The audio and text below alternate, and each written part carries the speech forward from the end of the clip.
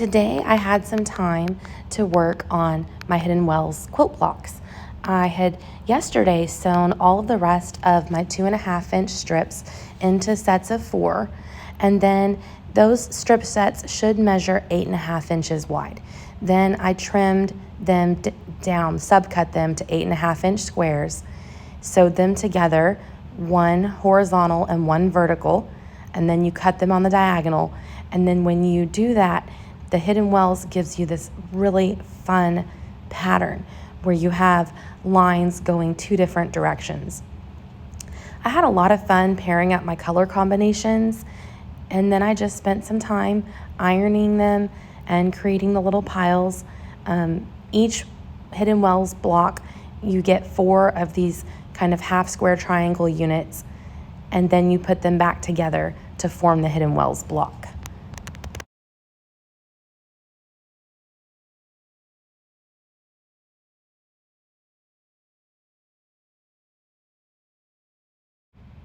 The fabric line I'm using is called Sorbet, and it's got lots of fun prints, all different colors. Everything from red and yellow and pink to purple, black, green, blue, just lots of fun colors.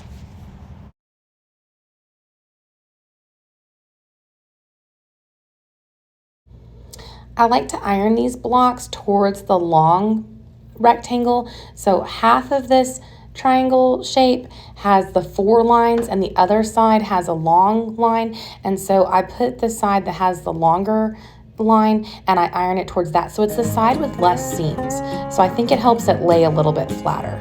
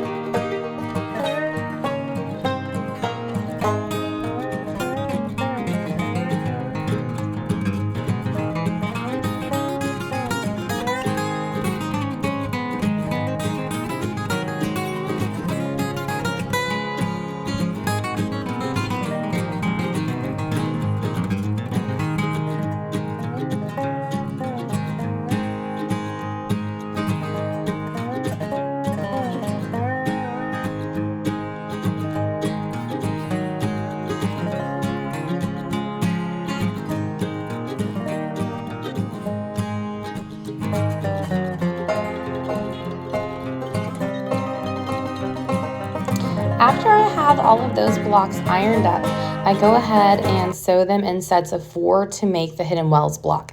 I have a whole tutorial posted on how to actually make the blocks themselves. Today is more just showing the quilt top assembly and what I finally decided on as my layout. And so here I am just trying to iron up all of my blocks. And I kind of think the ironing part is fun because I get to finally see how the block actually looks, because up until now it's been kind of theoretical, but once it's all finally sewn together and I do this final pressing, you really get to see, kind of the fruits of your labor type thing.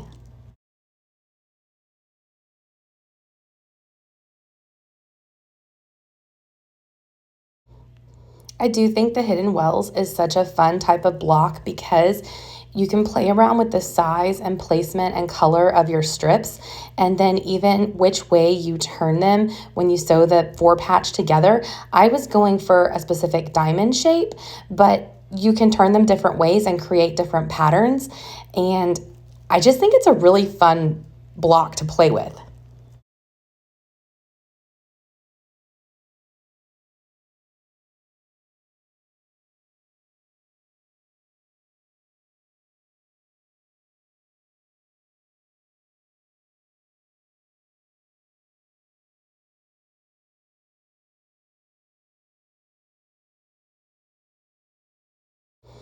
And clearly you can see my edges are not even. The one sort of tricky thing about the hidden wells is that you do end up with a lot of bias edges, and it can easily stretch, so your blocks can get a little wavy, and so you can kind of see how uneven my edges are. What I do at a later step is I actually square all of these blocks up, and I ended up squaring my blocks to 10.5 inches. I always tell myself the next time I do something with bias edges, I'm going to starch. And then lo and behold, look at me not starching my fabrics before I did these blocks. I tend to think if I had starched, it would be less wavy, but I was still happy with how this is coming out. And later it's going to get, sandwiched up with batting and backing, and I'm going to quilt it and wash it, and hopefully it'll be more forgiving when all that's done. And this is not going to be entered in any type of show or contest. This is just me sewing for fun.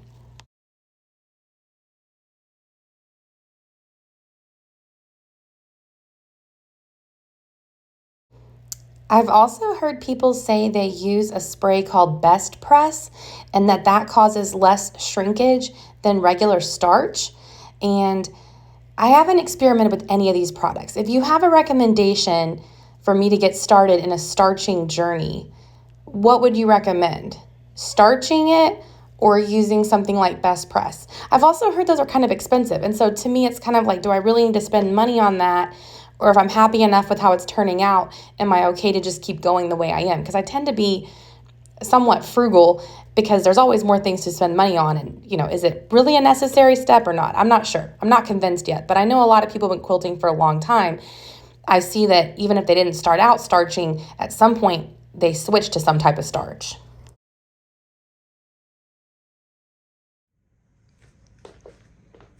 Okay, so what I've been working on today is I finally decided on my layout for this Hidden Wells quilt. So what I'm going to do is I'm going to cut some 10.5 inch strips. I'm going to square my blocks up to 10.5. These cornerstones are going to be 2.5 inch squares, and these will be 2.5 by 10.5. And so my plan is to kind of go through the rest of this quilt and add sashing and cornerstones until I have all my blocks done. So I've got a whole stack of blocks here, which are all my Hidden Wells blocks. And so my plan is to work these into the quilt, and I need to cut myself a few more of these squares for cornerstones. So I need to cut a few more cornerstones out.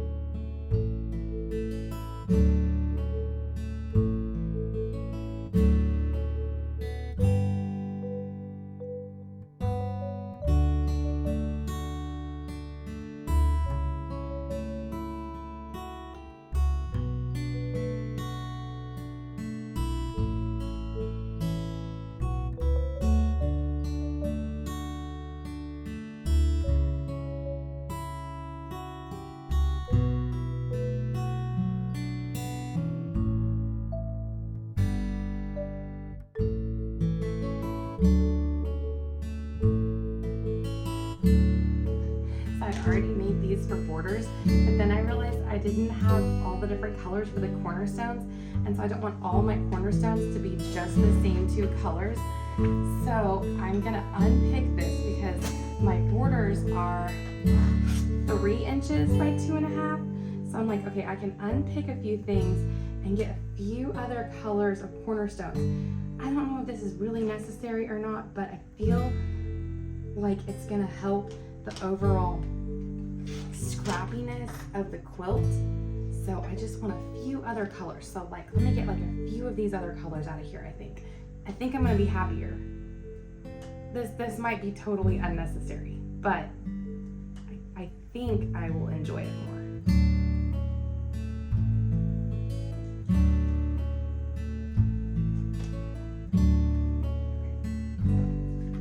And it's not a long row to unpick or anything. Just cut a couple quick little seams, and I can cut a few of these out of here. And I'll just cut that down to 2.5.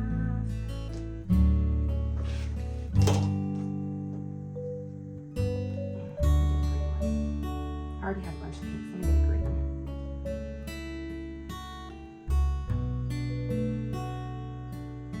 I'm just ripping out about every other seam on here, and then it's pretty easy to kind of like tear it apart.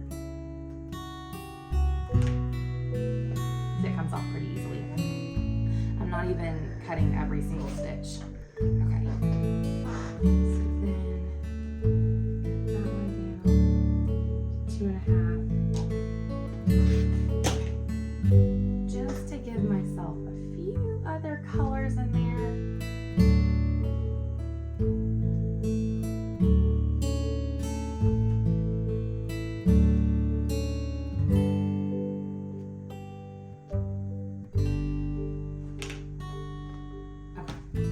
I'm gonna save these other borders for later.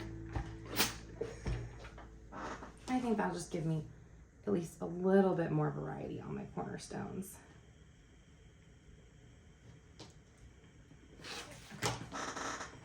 Okay, so now I need to cut some of these strips down to 10.5.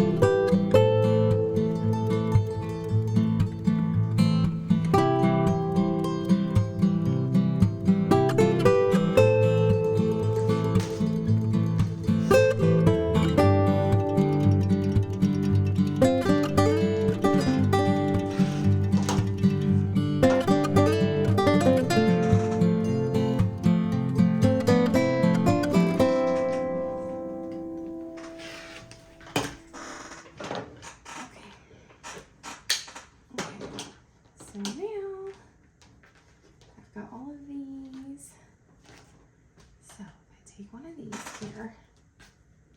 Let's see. Oh, it's looking pretty good. Okay.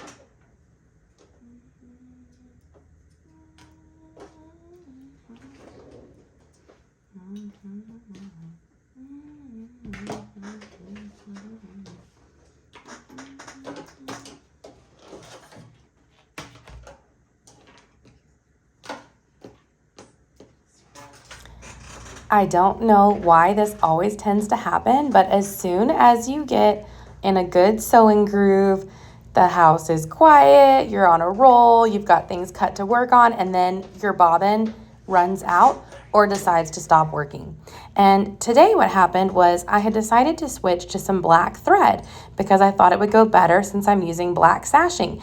And apparently, whatever discount thread I had purchased from Joann's before they went out of business on clearance, my Bernina decided it did not like that black thread, and I had more issues with thread breaking and having to rethread my machine, even though it was oiled and there was a new needle. I think it was just the thread. I had switched to this black thread, and my machine decided it did not like that. My machine is a princess, and it did not want bargain thread.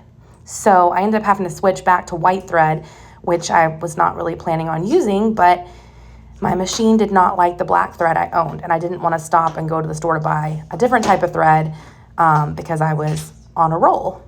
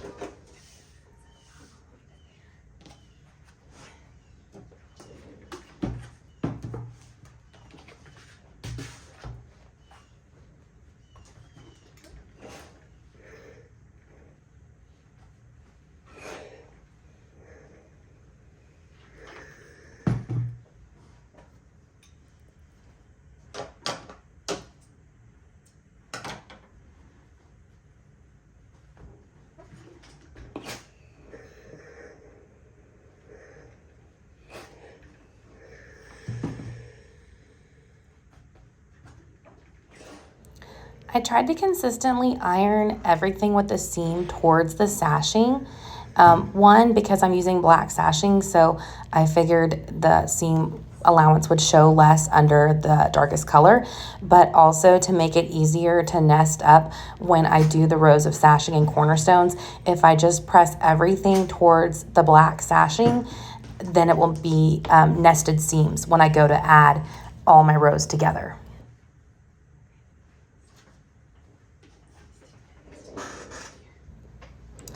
I ended up with enough blocks to make a 3 by 15 grid. So that is my plan, is to do 3 blocks by 5 blocks.